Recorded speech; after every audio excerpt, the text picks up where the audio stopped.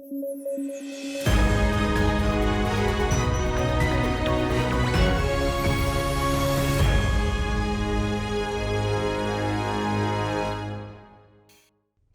शुरू करें। यूएन के आंकड़ों के मुताबिक भारत दुनिया का सबसे ज्यादा आबादी वाला देश है।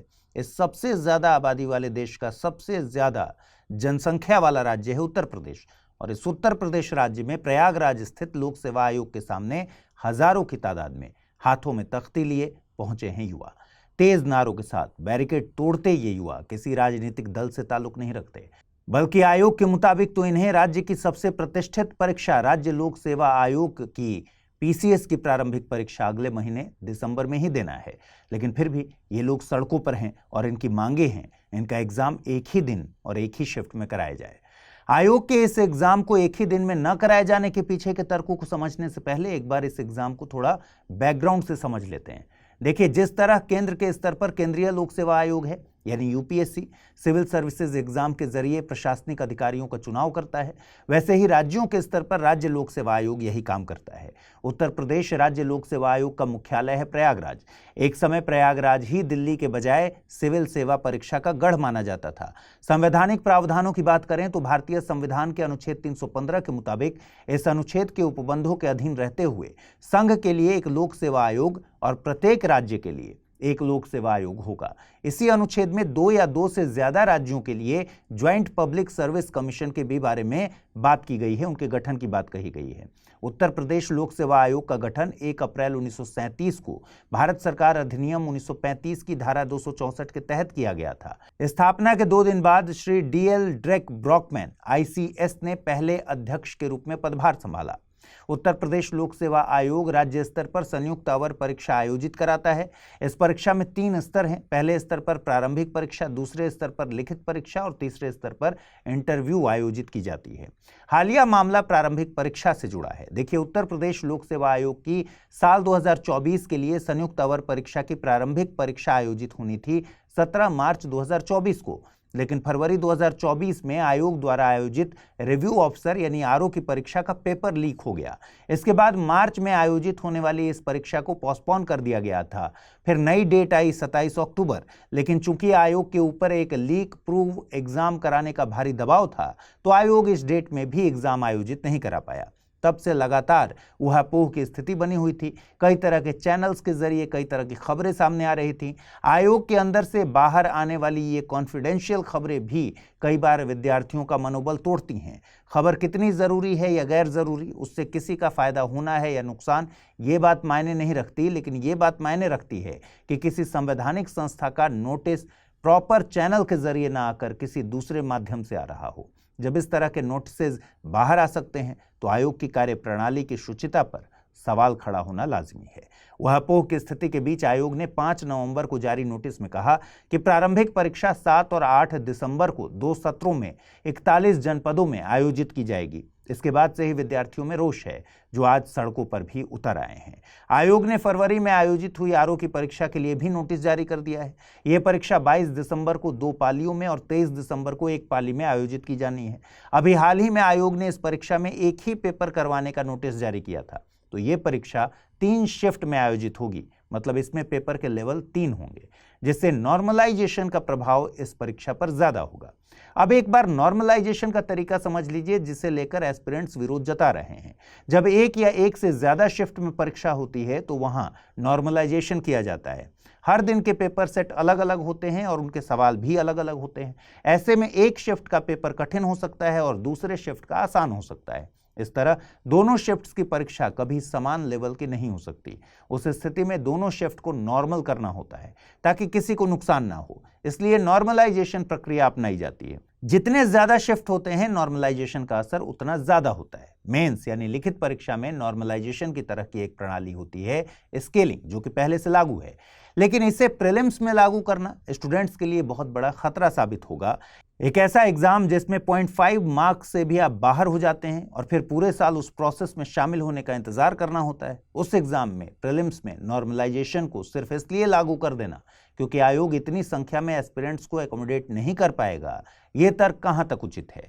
एक बार के लिए ये मान भी लिया जाए कि वाकई में उत्तर प्रदेश में इस दर्जे के संस्थान नहीं है कि एक बार में इतनी बड़ी संख्या में एस्पिरेंट्स का एग्जाम सीसीटीवी की निगरानी में कराया जा सके, लेकिन ये कितना निराशाजनक है कि जो देश दुनिया की सबसे ऊंची प्रतिमा स्टैच्यू ऑफ यूनिटी का रिकॉर्ड रखता है, जो देश नालंदा जैसी यूनिवर्सिटी के गौरवशाली इतिहास का दंभ भरता है, वो देश अपने ही देश के स्टूडेंट्स को सिर्फ इसलिए सड़कों पर उतरने दे रहा है कि इस देश के सबसे ज्यादा आबादी वाले राज्य के पास एक ऐसी बिल्डिंग नहीं है कि वो हजारों की संख्या में एक साथ बैठाकर एग्जाम करा सके।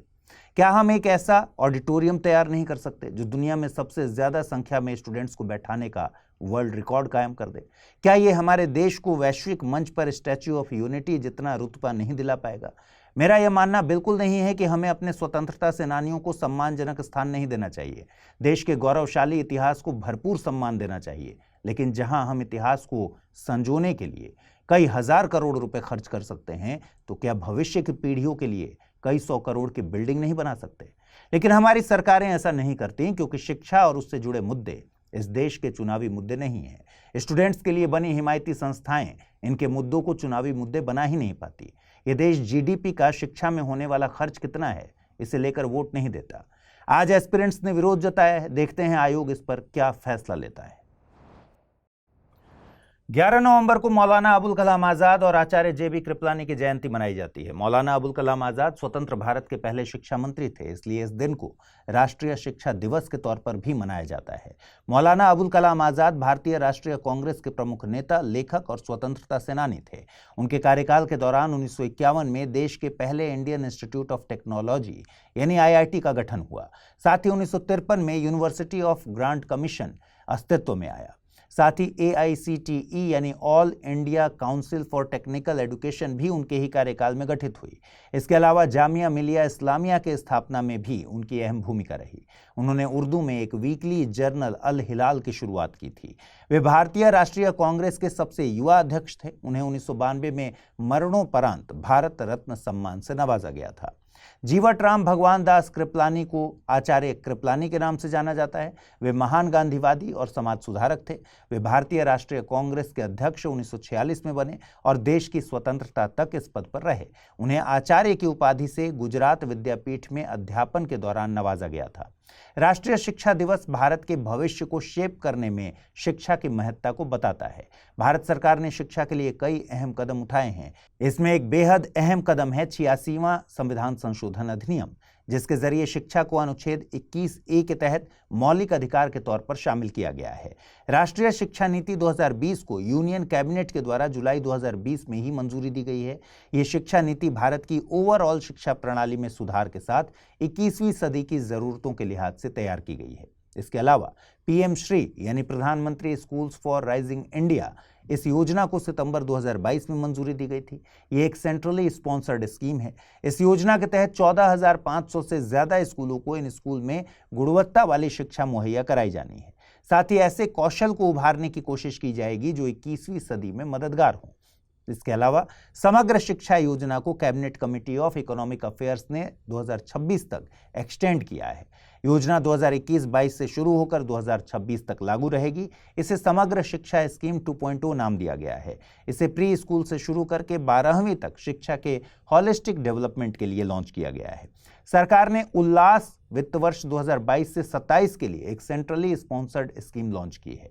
इसका मकसद 15 साल से ज्यादा उम्र के सभी लोगों को सशक्त बनाना है जो अशिक्षित हैं। पूरे भारत में लागू ये योजना नई शिक्षा नीति 2020 के मुताबिक है। ये योजना शिक्षा मंत्रालय के स्कूल शिक्षा और साक्षरता विभाग के द्वारा लागू की जा रही है। योजना में केवल फाउंडेशनल लिटरेसी और न्यूमरेसी की बात नहीं की गई है, बल्कि इसमें उन कंपोनेंट्स को भी शामिल किया गया है जो 21वीं सदी के नागरिकों की जरूरत है। इसमें क्रिटिकल लाइफ स्किल्स जैसे financial literacy, digital literacy, commercial skills, health care and awareness, child care and education and family welfare शामिल है। वहीं निपुण भारत पहल से मतलब है national initiative for proficiency in reading with understanding and numeracy. राष्ट्रीय शिक्षा नीति 2020 में 2025 तक प्राथमिक स्कूलों में universal foundational literacy and numeracy हासिल करने का लक्ष्य रखा गया है। शिक्षा मंत्रालय द्वारा इस लक्ष्य को हासिल करने के मकसद से ही निपुण भारत पहल शुरू की गई है। इस मिशन का लक्ष्य है कि देश का हर बच्चा कक्षा 3 के अंत तक बुनियादी साक्षरता और अंकगणित में दक्षता हासिल कर ले। इसके अलावा विद्यांजलि योजना के जरिए समुदाय की इन्वॉल्वमेंट को बढ़ाकर शिक्षा में गुणवत्ता लाने का प्रयास किया जा रहा है। ऐसे ही यूनियन कैबिनेट ने पीएम विद्या लक्ष्मी योजना को हाल ही में मंजूरी दी है। 2024-25 से 2030-31 के बीच इस योजना का बजट 3600 करोड़ रुपए का रखा गया है। यह योजना उच्च शिक्षा में विद्यार्थियों को वित्तीय सहायता मुहैया कराने के मकसद से लाई गई है। पीएम विद्या लक्ष्मी योजना को नई शिक्षा नीति 2020 के तहत ही लाया गया है। इसमें ऐसे मेधावी छात्र जो वित्तीय समस्या के चलते उच्च शिक्षा में दाखिला नहीं ले पाते, उनकी वित्तीय समस्या को दूर किया जाएगा। योजना के तहत कोई भी विद्यार्थी जो क्वालिटी हायर एजुकेशनल इंस्टीट्यूट में एडमिशन लेता है, उसे कोलेटरल फ्री और गारंटर फ्री लोन मुहैया कराया जाएगा। ये लोन बैंक और वित्तीय संस्थानों के जरिए पूरी तरह से डिजिटल प्रक्रिया से मुहैया कराया जाएगा। अगर संस्थानों की बात करें तो विद्यार्थी ने हायर स्टडी के लिए जिस इंस्टीट्यूट में एडमिशन लिया है, उसकी NIRF ranking all India 100 and state में 200 या इसके भीतर होनी चाहिए। इसमें निजी और सरकारी दोनों तरह के इंस्टीट्यूट शामिल होंगे। ये लिस्ट हर साल NIRF द्वारा जारी रैंकिंग से अपडेट की जाएगी। योजना के तहत 7.5 लाख रुपए तक के लिए 75% तक की क्रेडिट गारंटी सरकार द्वारा मुहैया कराई जाएगी। इसके अलावा ऐसे विद्यार्थी जिनकी पारिवारिक आय 8 लाख रुपए तक है और उन्हें सरकार की किसी स्कॉलरशिप योजना का लाभ नहीं मिलता, उन्हें 10 लाख रुपए तक के लोन पर 3% ब्याज सब्सिडी दी जाएगी। ये ब्याज सब्सिडी हर साल 1 लाख विद्यार्थियों को मिलेगी। यूएन का जलवायु परिवर्तन पर आयोजित होने वाला सालाना सम्मेलन अजरबैजान के बाकू में आज से शुरू हुआ है। COP29 के नाम से मशहूर इस सम्मेलन का मुख्य फोकस उन देशों के लिए नए वित्तीय लक्ष्यों पर है जो जलवायु परिवर्तन से सबसे ज्यादा प्रभावित होते हैं। 2 हफ्तों तक चलने वाले इस इवेंट को फाइनेंस कॉप कहा जा रहा है। इसका मकसद जलवायु फंडिंग के लिए पुराने $100 बिलियन के लक्ष्य को बढ़ाकर नए और अधिक पर्याप्त वित्तीय साधन हासिल करना है। भारत और अन्य विकासशील देशों के लिए जलवायु लक्ष्यों को पूरा करने और वल्नरेबल कम्युनिटीज की रक्षा के लिए वित्त, तकनीक और ऊर्जा संसाधनों तक पहुंच बहुत जरूरी मुद्दे हैं। भारत ने अपने आर्थिक सर्वेक्षण 2023-24 में बताया है कि उसे पेरिस समझौते के तहत 2030 तक अपने लक्ष्यों को पूरा करने के लिए लगभग $2.5 ट्रिलियन की जरूरत होगी। देखिए, जलवायु परिवर्तन के लिए अमीर विकसित देशों को जिम्मेदार माना जाता है, जिन्होंने जीवाश्म ईंधनों के बूते अपने देशों में औद्योगिकीकरण के क्रांति से लेकर वर्तमान समय तक के विकास को अंजाम दिया। अब ये देश विकासशील और गरीब देशों से महंगी ग्रीन एनर्जी पर निवेश करने की उम्मीद कर रहे हैं। ऐसे में विकासशील देशों का कहना है कि हम ग्रीन एनर्जी यूज करेंगे, लेकिन फंडिंग विकसित देशों को करनी होगी जो पृथ्वी की इस स्थिति के लिए वास्तविक तौर पर जिम्मेदार हैं। भारत का नेविगेशन सिस्टम नाविक बहुत जल्द आप अपने फोन में यूज कर पाएंगे। दरअसल भारत की अंतरिक्ष एजेंसी इसरो ने हाल ही में घोषणा की है कि वे नाविक को सिविलियन यूज के लिए उपलब्ध कराएंगे, जो कि अभी तक रणनीतिक यूज तक ही सीमित है। नाविक के सिविलियन यूज के लिए इसरो ने L1 बैंड के साथ 7 नेविगेशन सैटेलाइट लॉन्च करने की घोषणा भी की है। इनमें से एक सैटेलाइट लॉन्च भी किया जा चुका है। देखिए, नाविक दुनिया के अन्य नेविगेशन सिस्टम की तुलना में अधिक सटीक है और सरकार इसकी पहुंच को व्यापक बनाने के लिए काम कर रही है। नाविक यानी नेविगेशन विथ इंडियन कॉन्स्टलेशन एक रीजनल नेविगेशन सैटेलाइट सिस्टम है जो अमेरिका के GPS की तरह काम करता है। ये real time indigenous positioning location based services यानी LBS जैसी सुविधाएं मुहैया कराता है। यह भारतीय उपमहाद्वीप के 1500 किलोमीटर के दायरे को कवर करता है। इस क्षेत्र में नाविक सिग्नल संभवतः उन क्षेत्रों में भी उपलब्ध होते हैं जहां पहुंच पाना कठिन है। GPS के मुकाबले नाविक उच्च भूस्थिर कक्षा में उपग्रहों का उपयोग करता है। ये उपग्रह पृथ्वी के सापेक्ष स्थिर गति से मूव करते हैं, इसलिए वे हमेशा पृथ्वी के उस रीजन की मॉनिटरिंग कर पाते हैं। नाविक के सिग्नल भारत में 90 डिग्री पर पहुंचते हैं, जिससे भीड़ भाड़ वाले इलाकों, घने जंगलों या पहाड़ों में स्थित डिवाइसेस तक आसानी से पहुंच बन पाती है। क्या आपके मन में कंफ्यूजन है कि IAS प्रिपरेशन को कैसे डेस्टिनेशन तक पहुंचाएं? तो जुड़िए UPSC IAS prelims to interview यानी P2I बैच से, जिसमें आपके हर प्रॉब्लम का सॉल्यूशन है मौजूद। आप गांव में हैं या शहर में, कोई टेंशन नहीं, क्योंकि इस बैच में आपको मिलेंगी 1000+ आवर्स की लाइव ऑनलाइन कक्षाएं। और आपको पढ़ते समय कोई कॉन्सेप्ट समझ नहीं आ रहा तो भी कोई बात नहीं, मेंटोरशिप प्रोग्राम का लाभ उठाइए और अपने मेंटोर से अपनी उलझन का समाधान पाइए। क्या मैं तैयार हूं? यदि इस सवाल का नहीं मिल रहा जवाब तो टेस्ट सीरीज का मिलेगा फायदा। हर एक टेस्ट से तैयार होगा आपकी सफलता का ब्रिज। ऐसे और भी कई फीचर्स हैं इस कोर्स में जिससे आपको हासिल होगी जीएस में महारत। सो जस्ट गो अहेड, आज ही जुड़िए हमसे, अमृत लाइव कोड का यूज कीजिए और एडमिशन लीजिए, करिए अपने सपने को साकार। मॉरिशस में हुए आम चुनावों में डॉक्टर नवीन राम गुलाम ने जीत दर्ज की है। वे मॉरिशस के नए प्रधानमंत्री बनने वाले हैं। इस मौके पर प्रधानमंत्री नरेंद्र मोदी ने उन्हें बधाई दी। डॉक्टर नवीन राम गुलाम मॉरिशस के पहले प्रधानमंत्री शिव सागर राम गुलाम के पुत्र हैं। ये वही सर शिव सागर राम गुलाम हैं जिन्होंने मॉरिशस में विश्व हिंदी सचिवालय की स्थापना में अहम भूमिका निभाई थी। ये पहला मौका नहीं है जब नवीन राम गुलाम मॉरिशस के प्रधानमंत्री बने हों। इससे पहले वे 1995 से 2000 के बीच और 2005 से 2014 के दौरान मॉरिशस के प्रधानमंत्री रह चुके हैं। मॉरिशस को यूके से 1968 में आज़ादी मिली थी। तब से ये मॉरिशस में आयोजित होने वाले 12वें चुनाव हैं। आपको बता दें कि आइलैंड कंट्री मॉरिशस हिंद महासागर में अफ्रीका के दक्षिण पूर्वी तट से दूर स्थित है। यह मुख्य भूमि अफ्रीका से लगभग 2000 किलोमीटर की दूरी पर स्थित है। यह आइलैंड नेशन हिंद महासागर के मध्य में मेडागास्कर के ठीक पूर्व में पाया जाता है। मॉरिशस दुनिया के सबसे छोटे देशों में से एक है। मॉरिशस नाम के मुख्य द्वीप और कई अन्य द्वीपों जैसे कि अम्ब्रे द्वीप, एस्ट द्वीप, सेफ्स द्वीप, बेंटियर्स द्वीप आदि से बना है। मैंने कहा कि मॉरिशस एक आइलैंड नेशन यानी द्वीपीय राष्ट्र है। देखिए, आइलैंड नेशन या आइलैंड कंट्री से मतलब ऐसे संप्रभु या सॉवरेन राष्ट्रों से है जिनके क्षेत्र में एक या एक से ज्यादा द्वीप या द्वीपों के कुछ हिस्से शामिल होते हैं।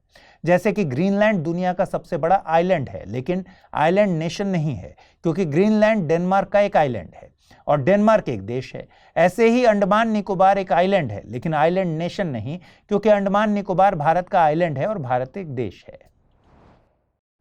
COP29 का आयोजन 11 नवंबर से अजरबैजान के बाकू में शुरू हुआ है। अब इसे लेकर क्लाइमेट एक्टिविस्ट ग्रेटा थनबर्ग ने विरोध प्रदर्शन करना शुरू कर दिया है। ग्रेटा जॉर्जिया की राजधानी तबिलसी में विरोध रैली आयोजित कर रही हैं। बकौल ग्रेटा, अजरबैजान जलवायु वार्ता की मेजबानी करने का हकदार नहीं है क्योंकि अजरबैजान अपने देश में दमनकारी नीतियां लागू करता है। अजरबैजान दुनिया के बड़े तेल उत्पादक देशों में से एक है। इनफैक्ट अजरबैजान ही वो देश है जहां दुनिया का सबसे पहला तेल का कुआं ड्रिल किया गया था। जाहिर है, बड़ा उत्पादक देश होने के चलते ये देश तेल और गैस का निर्यात भी करता है। ग्रेटा थनबर्ग का आरोप है कि ग्रीन एनर्जी प्रोजेक्ट्स के नाम पर अजरबैजान ने अपने तेल और गैस के निर्यात को ही बढ़ावा दिया है और अजरबैजान को COP29 के जरिए अपने इन कृत्यों को जस्टिफाई करने का मौका मिल गया है। अजरबैजान में राष्ट्रपति इल्हाम अलीयेव 2003 से सत्ता में हैं। अपने पिता की मौत के बाद वे सत्ता में आए थे। आलोचकों ने उन पर असहमति और अभिव्यक्ति की स्वतंत्रता के प्रति इनटॉलरेंट होने का आरोप लगाया है। इस साल की शुरुआत में वे एक बार फिर से 7 साल के लिए सत्ता में आए हैं, लेकिन आरोप है कि इन चुनावों में धांधली हुई है। देखिए, अलीयेव शासित अजरबैजान ने आर्मेनिया के साथ विवादित नगोर्नो काराबाख क्षेत्र पर सितंबर 2023 में फुल कंट्रोल हासिल कर लिया था।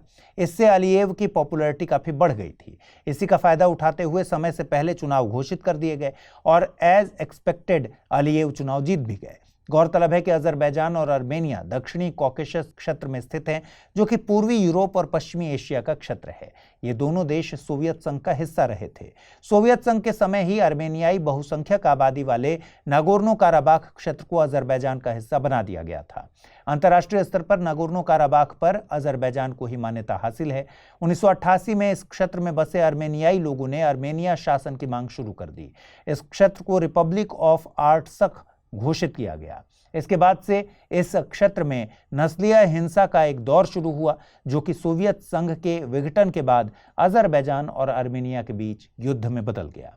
1994 में रूस की मध्यस्थता के बाद दोनों देशों के बीच संघर्ष विराम हुआ। हालांकि नागोर्नो काराबाख अजरबैजान का ही हिस्सा बना रहा। 2020 में भी दोनों देशों के बीच इस क्षेत्र को लेकर जंग छिड़ी हुई थी। तब अजरबैजान को तुर्की का समर्थन हासिल था और तब 44 दिन तक चली इस जंग में रूस की मध्यस्थता के बाद पीस डील हुई थी। 2023 में इस पर पूरा नियंत्रण अजरबैजान को मिल गया। COP29 से जुड़ी हुई एक और खबर पर गौर करिए। दरअसल COP29 के दूसरे दिन ग्लोबल कार्बन मार्केट को लेकर सहमति बनती दिखाई दे रही है। इस मार्केट की संकल्पना पेरिस समझौते के अनुच्छेद 6 में दी गई है। ग्लोबल कार्बन मार्केट में देश आपस में कार्बन क्रेडिट का व्यापार कर सकेंगे। इनका मकसद होता है एमिशन यानी उत्सर्जन में कमी लाना। इन मार्केट्स में उत्सर्जन को कम करने और ऊर्जा दक्षता को बढ़ाने के लिए प्रोत्साहन दिया जाता है। कार्बन क्रेडिट हासिल करने के लिए किसी उद्योग को निर्धारित मानकों पर बेहतर काम करना होता है। वे उत्सर्जन को कम करके मानकों का अनुपालन करते हैं। इसके एवज में कार्बन क्रेडिट हासिल होते हैं। वहीं जो उद्योग इन मानकों का पालन नहीं कर पाते वे कार्बन क्रेडिट को खरीद सकते हैं। लेकिन कार्बन मार्केट को लेकर एक अहम मुद्दा उठाया जाता है। इसके मुताबिक अगर कोई विकसित देश एक विकासशील देश में एक वनीकरण परियोजना को आर्थिक मदद देता है और इससे सैद्धांतिक रूप से 1000 टन कार्बन वायुमंडल में जाने से रोकी जाती है, तो क्या इस बचाए गए कार्बन का क्रेडिट उस विकसित देश को मिलेगा या उस देश को जिसमें वास्तविक रोकथाम की गई? इसका मतलब यह हुआ कि विकसित देश जो विदेशी सहायता देकर कार्बन को रोकने में योगदान दे रहे हैं, क्या वो उसका श्रेय ले सकते हैं और किस तरह से और कब कोई क्रेडिट व्यापार योग्य माना जाएगा? इन सभी मुद्दों को कार्बन क्रेडिट मार्केट की वार्ता में उठाया जाता रहा है। COP29 की शुरुआत में ही ये उम्मीद जताई जा रही थी कि इस बार ग्लोबल कार्बन मार्केट पर सहमति बन जाएगी और पहला UN द्वारा स्वीकृत कार्बन क्रेडिट 2025 में उपलब्ध होगा। अब इस पर ग्रीन सिग्नल की खबर आ रही है, तो उम्मीद है कि जल्द ही ये लागू भी हो सकेगा। केंद्र सरकार ने water prevention and control of pollution, manner of holding inquiry and imposition of penalty rules 2024 जारी किए हैं। ये नियम सरकार के नोटिफिकेशन के साथ ही तत्काल प्रभाव से लागू भी हो गए हैं। देखिए, इस साल शुरुआत में water prevention and control of pollution act में संशोधन किया गया था और ये नियम इस संशोधन के बाद ही लाए गए हैं। संशोधन के जरिए इस एक्ट के उल्लंघन को गैर अपराधी बना दिया गया है। मतलब अगर कोई एक्ट का उल्लंघन करे तो उसे सजा के बजाय अब जुर्माना भरना होगा। इसके अलावा जुलाई में केंद्रीय पर्यावरण मंत्रालय ने इस एक्ट के तहत आने वाली व्हाइट कैटेगरी इंडस्ट्रीज को संचालन और स्थापना से पहले ली जाने वाली परमिशन से छूट दे दी है। इन संशोधनों ने केंद्र को अपराधों, उल्लंघनों पर निर्णय लेने और दंड निर्धारित करने के लिए अधिकारियों की नियुक्ति करने की भी अनुमति दी थी। नए नियमों को इन संशोधनों को लागू करने के मकसद से ही जारी किया गया है। अब अगर किसी लेवल पर एक्ट का उल्लंघन होता है, केंद्र के स्तर पर केंद्रीय प्रदूषण नियंत्रण बोर्ड, राज्य के स्तर पर राज्य प्रदूषण नियंत्रण बोर्ड और प्रदूषण नियंत्रण समितियां अपने अपने लेवल पर होने वाले उल्लंघन को अपने ऑथराइज्ड ऑफिसर द्वारा या किसी अन्य व्यक्ति द्वारा अपॉइंट किए गए अधिकारी को शिकायत दर्ज करा सकते हैं। क्या आपके मन में कंफ्यूजन है कि आईएएस प्रिपरेशन को कैसे डेस्टिनेशन तक पहुंचाएं? तो जुड़िए UPSC IAS prelims to interview यानी P2I बैच से, जिसमें आपके हर प्रॉब्लम का सॉल्यूशन है मौजूद। आप गांव में हैं या शहर में, कोई टेंशन नहीं, क्योंकि इस बैच में आपको मिलेंगी 1000+ आवर्स की लाइव ऑनलाइन कक्षाएं। और आपको पढ़ते समय कोई कॉन्सेप्ट समझ नहीं आ रहा तो भी कोई बात नहीं, मेंटोरशिप प्रोग्राम का लाभ उठाइए और अपने मेंटोर से अपनी उलझन का समाधान पाइए। क्या मैं तैयार हूं? यदि इस सवाल का नहीं मिल रहा जवाब तो टेस्ट सीरीज का मिलेगा फायदा। हर एक टेस्ट से तैयार होगा आपकी सफलता का ब्रिज। ऐसे और भी कई फीचर्स हैं इस कोर्स में जिससे आपको हासिल होगी जीएस में महारत। सो जस्ट गो अहेड, आज ही जुड़िए हमसे, अमृत लाइव कोड का यूज कीजिए और एडमिशन लीजिए, करिए अपने सपने को साकार। विदेश मंत्रालय ने एक स्टेटमेंट जारी किया है जिसके मुताबिक प्रधानमंत्री नरेंद्र मोदी नाइजीरिया, ब्राजील और गुयेना की यात्रा करेंगे। नाइजीरिया के राष्ट्रपति एचिबोला अहमद तिनुबू के निमंत्रण पर प्रधानमंत्री नाइजीरिया जा रहे हैं। वे 17 साल में किसी भारतीय प्रधानमंत्री की पहली नाइजीरिया यात्रा होगी। भारत और नाइजीरिया 2007 से ही आर्थिक, ऊर्जा और रक्षा सहयोग के मामले में रणनीतिक साझेदार रहे हैं। 200 से ज्यादा भारतीय कंपनीज ने नाइजीरिया के महत्वपूर्ण क्षेत्रों में $27 बिलियन से ज्यादा का निवेश किया है। भारत और नाइजीरिया के बीच मजबूत विकास सहयोग साझेदारी भी है। इसके बाद प्रधानमंत्री नरेंद्र मोदी की यात्रा के अगले पड़ाव में ब्राजील होगा, जहां से वे रियो डी जेनेरियो में G20 सम्मेलन में हिस्सा लेंगे। भारत G20 ट्रोइका का भी हिस्सा है। इस बार G20 ट्रोइका में भारत, ब्राजील और साउथ अफ्रीका शामिल हैं। G20 ट्रोइका से मतलब है कि जिस साल की बात हो रही है उस साल अध्यक्षता करने वाला देश जैसे 2024 के लिए ब्राजील है। इससे पूर्ववर्ती देश यानी 2023 में अध्यक्षता करने वाला देश भारत था और उत्तराधिकारी देश यानी 2025 के लिए अध्यक्षता साउथ अफ्रीका के पास है। ट्रोइका की महत्ता इस बात में है जिससे एजेंडा की निरंतरता सुनिश्चित की जा सके। इसके अलावा गुयाना के राष्ट्रपति डॉक्टर मोहम्मद इरफान अली के बुलावे पर प्रधानमंत्री नरेंद्र मोदी गुयाना भी पहुंचेंगे। ये 1968 के बाद किसी भारतीय प्रधानमंत्री की पहली गुयाना यात्रा होगी। इससे पहले 2023 में राष्ट्रपति अली ने मध्य प्रदेश के इंदौर में 17वें प्रवासी भारतीय दिवस में मुख्य अतिथि के रूप में भारत का दौरा किया था। आपको बता दें कि G20 एक अंतर्राष्ट्रीय फोरम है। इसके सदस्यों में 29 तो देश हैं। इन देशों में अर्जेंटीना, ऑस्ट्रेलिया, ब्राजील, कनाडा, चीन, Germany, France, Bharat, Indonesia, Italy, Japan, Mexico, रूस, सऊदी अरब, दक्षिण अफ्रीका, दक्षिण कोरिया, तुर्की, संयुक्त राष्ट्र अमेरिका और यूनाइटेड किंगडम शामिल हैं। वहीं 2 क्षेत्रीय संस्थाएं शामिल हैं, एक है अफ्रीकन यूनियन और दूसरी है यूरोपियन यूनियन। G20 संस्था के तौर पर कितना अहम है, इसका अंदाजा इस बात से लगाया जा सकता है कि दुनिया की 2/3 जनसंख्या और 85% वैश्विक GDP और 75% से ज्यादा वैश्विक व्यापार का रिप्रेजेंटेशन G20 में किया जाता है। G20 के बनने की कहानी भी बेहद अलग है। साल 1999 में एशियन फाइनेंशियल क्राइसिस के बाद ये वित्त मंत्रियों और गवर्नेंस की एक फोरम के तौर पर विकसित हुआ था। इसमें बड़े विकसित देश और उभरती अर्थव्यवस्था वाले देशों के वित्त मंत्री और केंद्रीय बैंक के गवर्नर शामिल होते थे। लेकिन फिर आया साल 2008 का वित्तीय संकट, जिसने इस संस्था की जिम्मेदारी को और ज्यादा बढ़ा दिया। फिर इसके सालाना सम्मेलन में देशों के प्रमुख मसलन राष्ट्रपति या प्रधानमंत्री हिस्सा लेने लगे। इसका मकसद दुनिया की वित्तीय समस्याओं का हल खोजना है। बुकर प्राइज 2024 के विजेता की घोषणा हो गई है। लेखिका समांथा हार्वे ने अपनी पुस्तक ऑर्बिटल के लिए साल 2024 का बुकर प्राइज जीता है। उन्हें यह प्राइज लंदन में आयोजित एक समारोह में दिया गया। इस प्राइज में 50,000 पाउंड और एक ट्रॉफी दी जाती है। उन्हें ये ट्रॉफी 2023 के बुकर प्राइज के विजेता पॉल लिंच ने प्रदान की। ऑर्बिटल में अंतर्राष्ट्रीय अंतरिक्ष स्टेशन में मौजूद 6 अंतरिक्ष यात्रियों और उनके जीवन के एक दिन के बारे में जानकारी दी गई है। बहुत ही कॉम्पैक्ट तरीके से पेश की गई ये जानकारी एक अलग तरह के अनुभव को दिखाती है। बुकर प्राइज हर साल अंग्रेजी भाषा में लिखित ब्रिटेन और आयरलैंड में प्रकाशित बेस्ट फिक्शन स्टोरी के लिए दिया जाता है। पहली बार बुकर प्राइज 1969 में दिया गया था। इसका मकसद समकालीन कथा साहित्य की रीडिंग और डिस्कशन को प्रमोट करना है।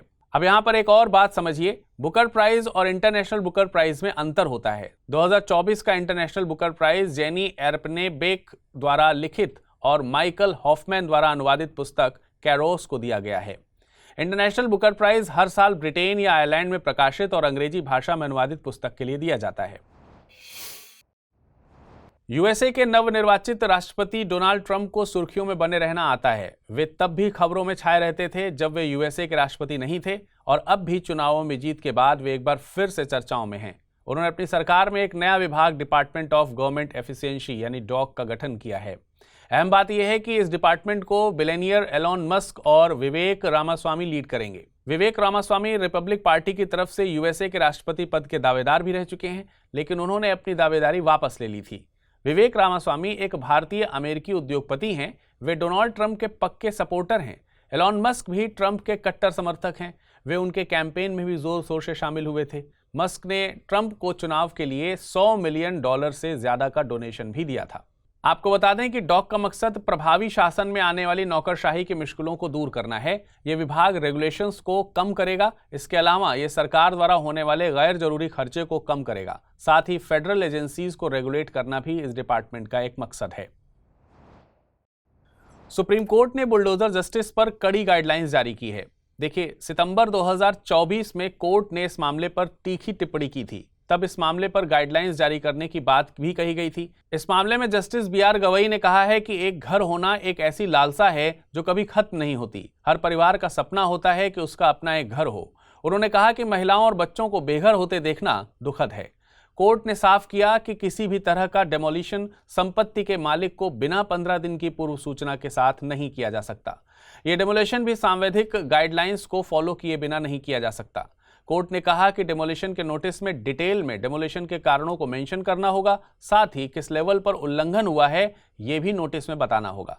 इसके अलावा डेमोलिशन का प्रोसेस का वीडियो भी बनाना होगा।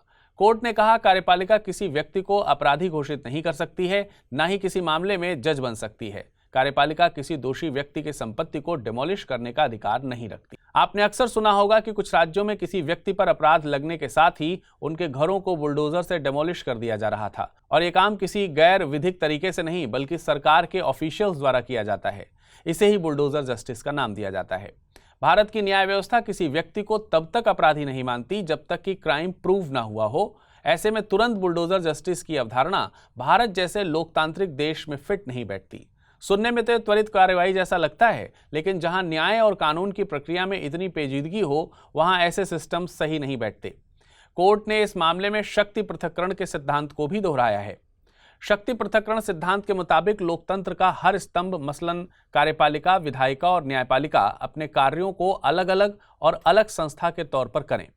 भारत में कार्यपालिका नीतिगत निर्णयों और कानूनों को लागू करने के लिए जिम्मेदार है, विधायिका कानूनों का निर्माण करती है, न्यायपालिका विवादों को सुलझाने के लिए जिम्मेदार है।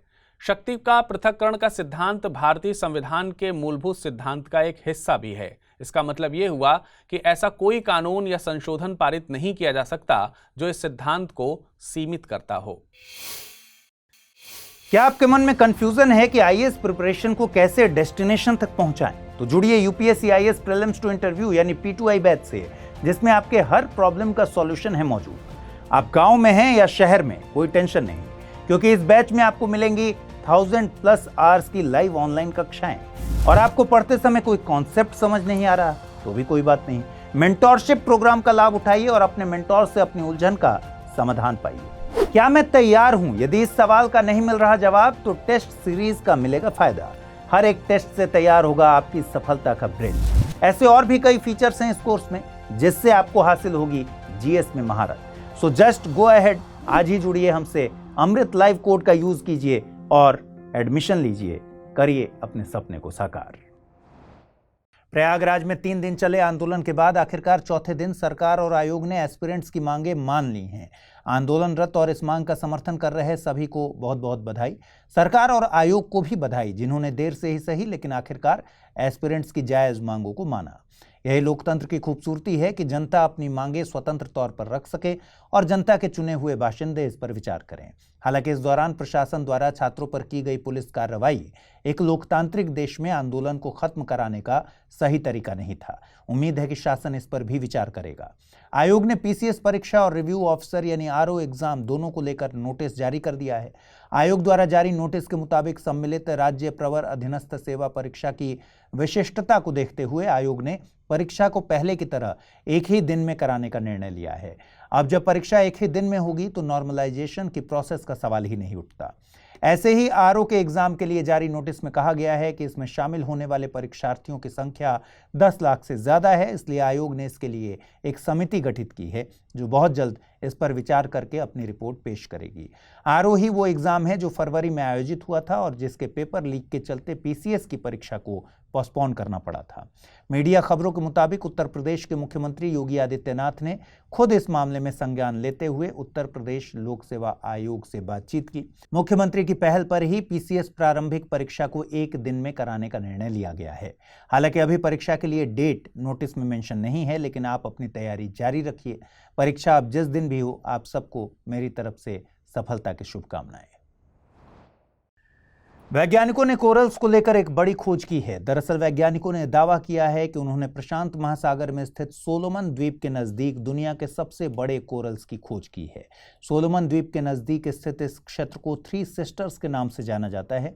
ये कोरल्स इतने विशाल हैं कि शोधकर्ताओं को शुरुआत में लगा कि वे किसी विशाल जहाज के मलबे से गुजर रहे हैं। वैज्ञानिकों के मुताबिक विशाल कोरल्स की यह संरचना करीब 300 सालों से विकसित हो रही थी। यह जटिल संरचना कई छोटे छोटे कोरल्स पॉलिप के जरिए बनी है। 111 फीट चौड़ी और 32 मीटर लंबी इस संरचना को वैज्ञानिकों ने मेगा कोरल्स नाम दिया है।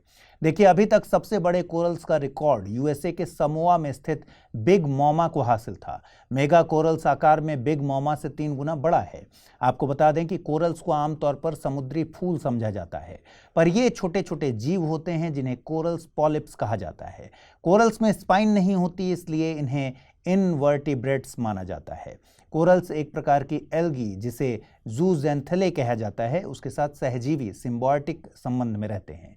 ये एल्गी कोरल्स के लिए भोजन बनाती हैं, जिससे कोरल्स की वृद्धि होती है और ये रंगीन दिखते हैं। इसके बदले में एल्गी को कोरल्स से सुरक्षा हासिल होती है। भारत में कोरल्स कच्छ की खाड़ी, गल्फ ऑफ मन्नार, अंडमान और निकोबार, लक्षद्वीप द्वीप समूह और मालवन में पाए जाते हैं। कोरल्स के महत्व की बात करें तो ये पारिस्थितिक संतुलन यानी इकोलॉजिकल बैलेंस के लिए अहम है। कोरल्स समुद्री जीव जंतुओं के लिए आश्रय स्थल हैं और ये समुद्री खाद्य श्रृंखला को बनाए रखते हैं।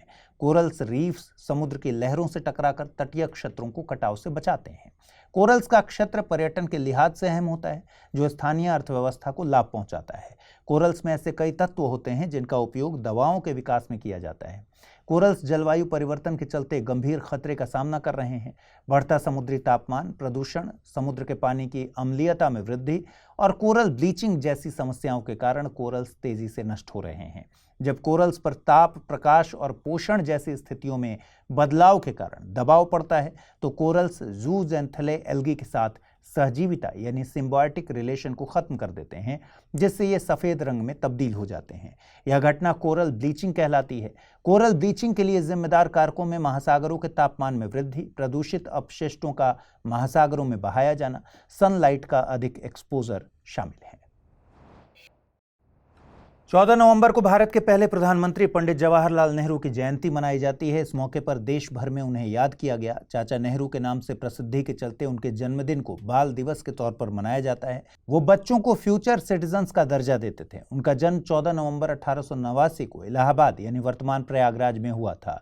पंडित जवाहरलाल नेहरू न केवल भारत के पहले प्रधानमंत्री रहे, बल्कि वे अभी तक भारत के सबसे लंबे कार्यकाल वाले प्रधानमंत्री भी हैं। साल 1916 में वे पहली बार महात्मा गांधी से मिले और उनसे प्रभावित हुए। 1919 में वे होम रूल लीग के सेक्रेटरी बने। 1920 में उत्तर प्रदेश के प्रतापगढ़ जिले में उन्होंने पहला किसान मार्च आयोजित किया। असहयोग आंदोलन से जुड़े होने के कारण उन्हें 2 बार जेल भी हुई। सितंबर 1923 में वे ऑल इंडिया कांग्रेस कमेटी के जनरल सेक्रेटरी भी बने। वहीं साल 1926 में उन्होंने Italy, Switzerland, England, Belgium, Germany और रूस की यात्रा की। बेल्जियम में उन्होंने कांग्रेस ऑफ ऑप्रेस्ड नेशनैलिटीज में इंडियन नेशनल कांग्रेस के प्रतिनिधि के तौर पर हिस्सा लिया। वे 1927 में रूस के मॉस्को में आयोजित अक्टूबर सोशलिस्ट रिवॉल्यूशन की 10वीं सालगिरह में भी शामिल हुए थे। 1928 में उन्होंने इंडिपेंडेंस फॉर इंडिया लीग की स्थापना की। 1929 के लाहौर अधिवेशन में भारतीय राष्ट्रीय कांग्रेस ने नेहरू जी की अध्यक्षता में पूर्ण स्वतंत्रता के लक्ष्य को अपनाया। रेड फोर्ट ट्रायल्स में INA ऑफिसर्स की डिफेंस टीम में जवाहरलाल नेहरू, भूलाभाई देसाई और तेज बहादुर सप्रू शामिल थे। 1940 में व्यक्तिगत सत्याग्रह के चलते वे जेल भी गए। 17 अक्टूबर 1940 को शुरू किए गए व्यक्तिगत सत्याग्रह के पहले सत्याग्रही आचार्य विनोबा भावे थे। वहीं दूसरे सत्याग्रही के तौर पर पंडित जवाहरलाल नेहरू का नाम इतिहास में दर्ज है। अपनी आत्मकथा एन ऑटोबायोग्राफी उन्होंने जेल में लिखी। नेहरू जी द्वारा लिखी गई अन्य प्रसिद्ध किताबें ग्लिम्पसेस ऑफ वर्ल्ड हिस्ट्री और द डिस्कवरी ऑफ इंडिया हैं। केरल ने हाल ही में तकनीक और धार्मिकता को इंटीग्रेट करते हुए एक ऐसा उदाहरण पेश किया है जो वन्य जीव संरक्षण को बढ़ावा देने के लिए एक बेहतरीन तरीका है।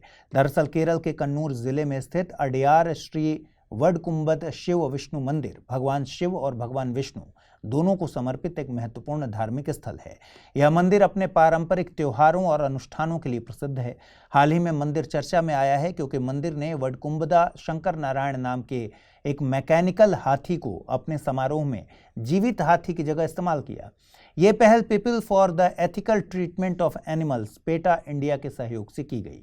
यह यांत्रिक हाथी 3 मीटर ऊंचा और 800 केजी वजनी है। इसका उद्देश्य पारंपरिक प्रथाओं का सम्मान करते हुए जीवित हाथियों के उपयोग से जुड़े पशु कल्याण, सुरक्षा जोखिम और कानूनी चुनौतियों जैसी समस्याओं को हल करना है। मंदिर का ये कदम केरल में सांस्कृतिक विरासत और आधुनिक नैतिक मानकों के बीच संतुलन साधने के प्रयासों के अनुरूप है, विशेष तौर पर पशु अधिकार और कल्याण के संदर्भ में। यह पहल वन्य जीव संरक्षण और धार्मिक सांस्कृतिक संदर्भों में जानवरों के प्रति दयालु व्यवहार के प्रति बढ़ती जागरूकता को भी दर्शाती है। यह उदाहरण परंपरा, नैतिकता और नवाचार के बीच के संगम को दिखाता है। यह बताता है कि कैसे धार्मिक संस्थान आधुनिक नैतिक सिद्धांतों के मुताबिक काम कर सकते हैं। यह सतत विकास, सांस्कृतिक संरक्षण और भारत में पशु कल्याण के लिहाज से अहम है। क्या आपके मन में कंफ्यूजन है कि आईएएस प्रिपरेशन को कैसे डेस्टिनेशन तक पहुंचाएं? तो जुड़िए UPSC IAS prelims to interview यानी P2I बैच से, जिसमें आपके हर प्रॉब्लम का सॉल्यूशन है मौजूद। आप गांव में हैं या शहर में, कोई टेंशन नहीं, क्योंकि इस बैच में आपको मिलेंगी 1000+ आवर्स की लाइव ऑनलाइन कक्षाएं। और आपको पढ़ते समय कोई कॉन्सेप्ट समझ नहीं आ रहा तो भी कोई बात नहीं, मेंटोरशिप प्रोग्राम का लाभ उठाइए और अपने मेंटोर से अपनी उलझन का समाधान पाइए। क्या मैं तैयार हूं? यदि इस सवाल का नहीं मिल रहा जवाब तो टेस्ट सीरीज का मिलेगा फायदा। हर एक टेस्ट से तैयार होगा आपकी सफलता का ब्रिज। ऐसे और भी कई फीचर्स हैं इस कोर्स में जिससे आपको हासिल होगी जीएस में महारत। सो जस्ट गो अहेड, आज ही जुड़िए हमसे, अमृत लाइव कोड का यूज कीजिए और एडमिशन लीजिए, करिए अपने सपने को साकार। अगर आपको ये बताऊं कि पिछले 30 सालों में दुनिया भर के एडल्ट्स में डायबिटीज के मामले दोगुने हो गए हैं और दुनिया भर में लगभग 800 मिलियन से ज्यादा लोग डायबिटीज से पीड़ित हुए हैं, तो क्या आप ये मानेंगे? दोस्तों, ये डेटा चिंतित करने वाला जरूर है, लेकिन सच है। दरअसल हाल ही में डायबिटीज को लेकर एक इंपॉर्टेंट ग्लोबल स्टडी हुई है। एनसीडी रिस्क फैक्टर कोलैबोरेशन के वैज्ञानिकों ने विश्व स्वास्थ्य संगठन के साथ मिलकर यह स्टडी की है। इस स्टडी में दुनिया भर में 18 साल और उससे ज्यादा उम्र के 140 मिलियन से ज्यादा एडल्ट को शामिल किया गया था। और सबसे खास बात यह कि यह स्टडी डायबिटीज की रेट्स और ट्रीटमेंट का पहला ग्लोबल कॉम्प्रिहेंसिव एनालिसिस है। इसके परिणाम द लैंसेट में प्रकाशित हुए हैं। इसमें कुछ चौंकाने वाले डेटा सामने आए हैं। इसमें बताया गया है कि पिछले 30 सालों में ग्लोबल एडल्ट डायबिटीज के मामले दोगुने हो गए हैं, जिससे दुनिया भर में 800 मिलियन से ज्यादा लोग प्रभावित हुए हैं। एडल्ट डायबिटीज की रेट 1990 में लगभग 7% थी, जो अब बढ़कर 2022 में 14% हो गई है, यानी दोगुनी। वैज्ञानिक इस ग्रोथ का मुख्य कारण लाइफस्टाइल में बदलाव, ओबेसिटी के हाई रेट और वेरियस हेल्थ कॉम्प्लिकेशंस को मानते हैं। शोधकर्ताओं ने पाया कि डायबिटीज के आधे से ज्यादा मामले सिर्फ 6 देशों में पाए जाते हैं। जैसे भारत में इस समय डायबिटीज पेशेंट की संख्या सबसे ज्यादा है, इतनी ज्यादा कि भारत में दुनिया के कुल डायबिटीज पेशेंट के 1/4 से भी अधिक पेशेंट्स की संख्या पाई जा रही है। यह संख्या है लगभग 212 मिलियन। वहीं चीन 148 मिलियन पेशेंट्स के साथ दूसरे स्थान पर है और उसके बाद है अमेरिका, पाकिस्तान, इंडोनेशिया और ब्राजील। वहीं हाई इनकम वाले पश्चिमी देशों में जैसे संयुक्त राज्य अमेरिका और यूनाइटेड किंगडम में डायबिटीज की दर सबसे अधिक है। यह क्रमशः 12.5% और 8.8% है। इसके साथ ही फ्रांस, डेनमार्क, स्पेन, स्विट्जरलैंड और स्वीडन जैसे देशों में 2022 में महिलाओं में डायबिटीज की दर 2 से 4% थी और पुरुषों के लिए Denmark, France, Uganda, Kenya, Malawi, Spain और रवांडा में डायबिटीज की दर 3 से 5% के बीच थी। स्टडी में यह भी बताया गया है कि कई हाई इनकम वाले देशों ने डायबिटीज के ट्रीटमेंट की दरों में सुधार किया है। जहां 2022 में 55% से ज्यादा एडल्ट्स को ट्रीटमेंट मिल रहा था, लेकिन कई निम्न और मध्यम आय वाले देशों में डायबिटीज के ट्रीटमेंट की दरों में कोई सुधार नहीं है, जिसके कारण डायबिटीज से पीड़ित 30 साल और उससे अधिक आयु के आधे से अधिक एडल्ट यानी लगभग 445 मिलियन लोगों को 2022 में ट्रीटमेंट नहीं मिल रहा था। आपको बता दें कि टाइप 1 और टाइप 2 डायबिटीज दोनों ही बेहद गंभीर बीमारियां हैं। टाइप 1 डायबिटीज एक ऑटो इम्यून बीमारी है, यानी इसमें शरीर का इम्यून सिस्टम इंसुलिन बनाने वाली कोशिकाओं पर ही हमला करता है, जिससे इंसुलिन का उत्पादन या तो कम हो जाता है या बंद हो जाता है। टाइप 1 डायबिटीज आमतौर पर बच्चों और यंग एडल्ट्स में होती है। वहीं टाइप 2 डायबिटीज में शरीर में कम इंसुलिन बनता है या जो बनता भी है वो ठीक से काम नहीं करता। टाइप 2 डायबिटीज अक्सर समय के साथ विकसित होती है और आमतौर पर 45 साल से ज्यादा उम्र के लोगों में होती है। हाल ही में ऑस्ट्रेलिया ने एक नई योजना शुरू की है जिससे भारतीय प्रतिभाशाली युवाओं को बहुत लाभ होगा। इस योजना का नाम है मेट्स यानी mobility arrangement for talented early professionals scheme. इस योजना के तहत ऑस्ट्रेलिया में भारत के प्रतिभाशाली युवाओं को कुछ समय के लिए काम करने की अनुमति मिलेगी। दरअसल 23 मई 2023 को ऑस्ट्रेलिया और भारत ने migration and mobility partnership agreement MMPA पर हस्ताक्षर किए थे। MMPA एक बायलैटरल फ्रेमवर्क है जो इलीगल और इरेगुलर माइग्रेशन से संबंधित मुद्दों को एड्रेस करता है। इसी MMPA के तहत मेट्स योजना को बनाया गया है। ऑस्ट्रेलिया के गृह विभाग के अनुसार मेट्स योजना के तहत भारतीय विश्वविद्यालय के ग्रेजुएट्स और अर्ली प्रोफेशनल्स को 2 साल के लिए ऑस्ट्रेलिया में काम करने का मौका मिलेगा।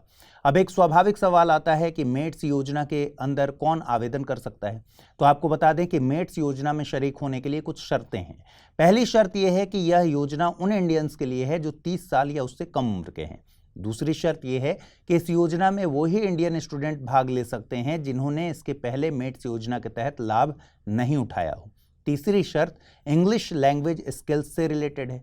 चौथी शर्त यह है कि अप्लाई करते वक्त स्टूडेंट ने किसी एलिजिबल एजुकेशनल इंस्टीट्यूशन से 2 सालों के भीतर ग्रेजुएट की डिग्री ली हो। और अंतिम शर्त यह है कि renewable energy, mining, engineering, information communications technology ICT, artificial intelligence AI, financial technology fintech या फिर एग्रीकल्चरल टेक्नोलॉजी एग्रीटेक जैसे सब्जेक्ट्स में ग्रेजुएशन या पोस्ट ग्रेजुएशन की डिग्री स्टूडेंट के पास हो।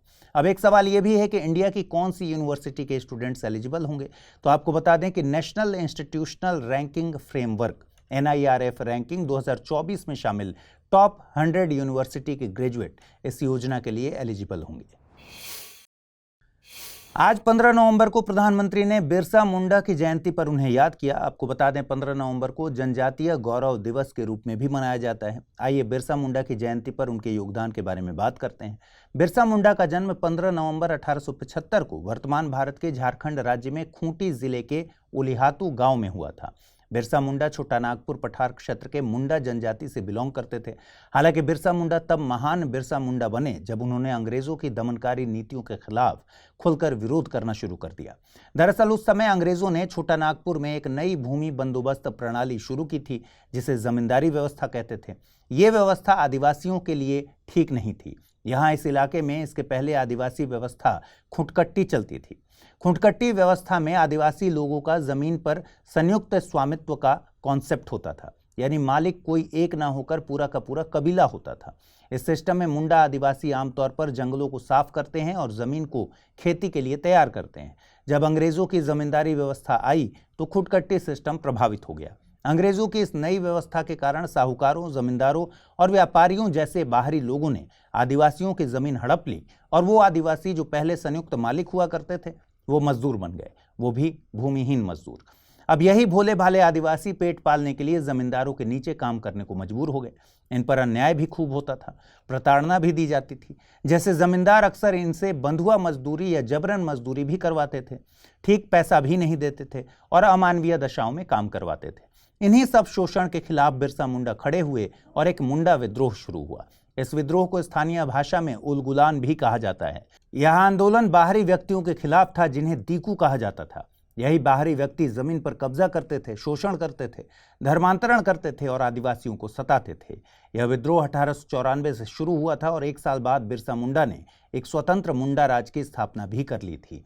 मुंडा के नेतृत्व में आंदोलनकारी गुरिल्ला रणनीति का इस्तेमाल करते थे और बाहरी व्यक्तियों, चर्च, पुलिस स्टेशन या अंग्रेजों के काफिले पर हमला भी करते थे।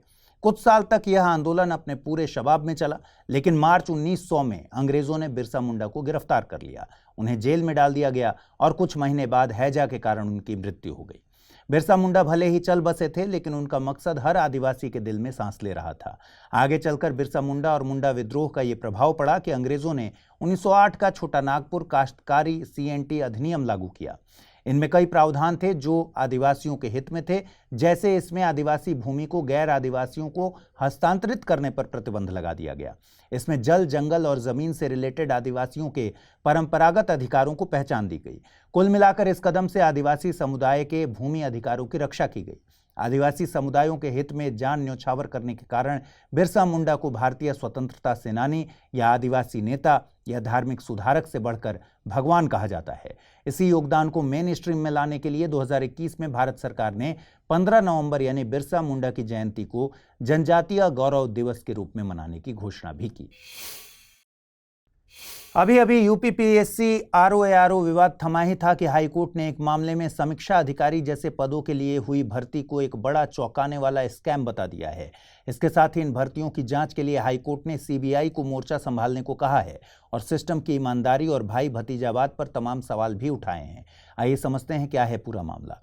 देखिए, यूपी परिषद सचिवालय में प्रशासनिक नौकरी के लिए 17 और 27 सितंबर 2020 को 99 पदों के लिए विज्ञापन जारी किया गया और यूपी विधानसभा सचिवालय के लिए दिसंबर 2020 में 87 पदों के लिए विज्ञापन जारी किया गया। पहले का रिजल्ट 11 मार्च 2021 को आया और दूसरे का 26 मार्च 2021 को। कुल 186 प्रशासनिक पद की रेस में कुल 2.5 लाख कैंडिडेट दौड़ रहे थे। विवाद तब हुआ जब इसका रिजल्ट घोषित हुआ। इंडियन एक्सप्रेस के अनुसार कुल 186 पदों में से लगभग 1/5 पद 1/5 वीवीआईपी के रिश्तेदारों को मिले हैं। इंडियन एक्सप्रेस के अनुसार सक्सेसफुल कैंडिडेट्स की सूची में शामिल हैं तत्कालीन उत्तर प्रदेश विधानसभा अध्यक्ष के पीआरओ के रिलेटिव, एक मंत्री का भतीजा, विधान परिषद सचिवालय प्रभारी के पुत्र, विधानसभा सचिवालय प्रभारी के 4 रिश्तेदार, संसदीय कार्य विभाग प्रभारी के लड़के और लड़की, एक उप लोकायुक्त का पुत्र, 2 मुख्यमंत्रियों के पूर्व विशेष कार्य अधिकारी के पुत्र। कुल मिलाकर 38 पद रसूखदार अधिकारियों के रिलेटिव्स को मिले हैं और इन 38 पदों में से 5 पद एग्जाम रिक्रूटमेंट एजेंसी के मालिकों के रिश्तेदार को भी मिले हैं। इन सभी सफल कैंडिडेट्स को 3 साल पहले यूपी विधानमंडल के दोनों सचिवालयों में नियुक्त किया गया था। आपको बता दें कि ये कैंडिडेट समीक्षा अधिकारी आरओ, सहायक समीक्षा अधिकारी और जूनियर पदों में नियुक्त हुए हैं। आरओ एक गैजेटेड पोस्ट है जिसकी सैलरी बैंड 47,600 से 1,51,100 रुपए है और एआरओ की सैलरी मैट्रिक 44,900 से 1,42,400 रुपए है। इस मामले में हाईकोर्ट ने नियमों के संशोधन पर भी सवाल उठाए। दरअसल 2016 तक सचिवालयों के लिए रिक्रूटमेंट यूपी लोक सेवा आयोग द्वारा की जाती थी, फिर नियमों में संशोधन करके इसमें बदलाव किया गया। इंडियन एक्सप्रेस को न्यायालय के रिकॉर्ड से पता चला है कि विधानसभा में भर्ती का ठेका broadcasting engineering and consultancy services BECIL को दिया गया था, जो केंद्रीय सूचना एवं प्रसारण मंत्रालय के तहत एक केंद्रीय सार्वजनिक क्षेत्र का उपक्रम है। आगे चलकर बेसिल ने टीएसआर डेटा प्रोसेसिंग कंपनी को यह काम डेलीगेट कर दिया था। इतना ही नहीं, एक याचिकाकर्ता ने हाईकोर्ट को यह भी बताया कि रिजल्ट कभी भी आम जनता के लिए सार्वजनिक रूप से घोषित नहीं किया गया, न तो रिजल्ट की डेट का खुलासा किया गया और न ही सेलेक्टेड कैंडिडेट की लिस्ट बताई गई। इस आरोप पर विधानसभा सचिवालय ने हाईकोर्ट को बताया कि final result official website UP lazy assembly recruitment.in पर अपलोड किया गया था और सहायक समीक्षा अधिकारी के पद के लिए सेलेक्टेड कैंडिडेट की लिस्ट विधानसभा सचिवालय के नोटिस बोर्ड पर चिपका दी गई थी। हालांकि जब इंडियन एक्सप्रेस ने वेबसाइट की जांच की तो यहां से रिजल्ट गायब पाए गए। हालांकि फिलहाल ये मामला सुप्रीम कोर्ट में है, जहां विधान परिषद की अपील पर सुप्रीम कोर्ट ने सीबीआई जांच पर रोक लगा दी है। अब अगली सुनवाई 6 जनवरी 2025 को रखी गई है। तो आज इस बुलेटिन में इतना ही। ख्याल रखिए अपना, ठीक से पढ़ाई कीजिए। अगर आप इस बुलेटिन की पीडीएफ हासिल करना चाहते हैं, अमृत उपाध्याय 007 टेलीग्राम चैनल है जिस पर इसकी पीडीएफ रोजाना मिलती है और आज पूछे गए सवालों के जवाब कमेंट सेक्शन में ज़रूर दीजिएगा। नमस्कार।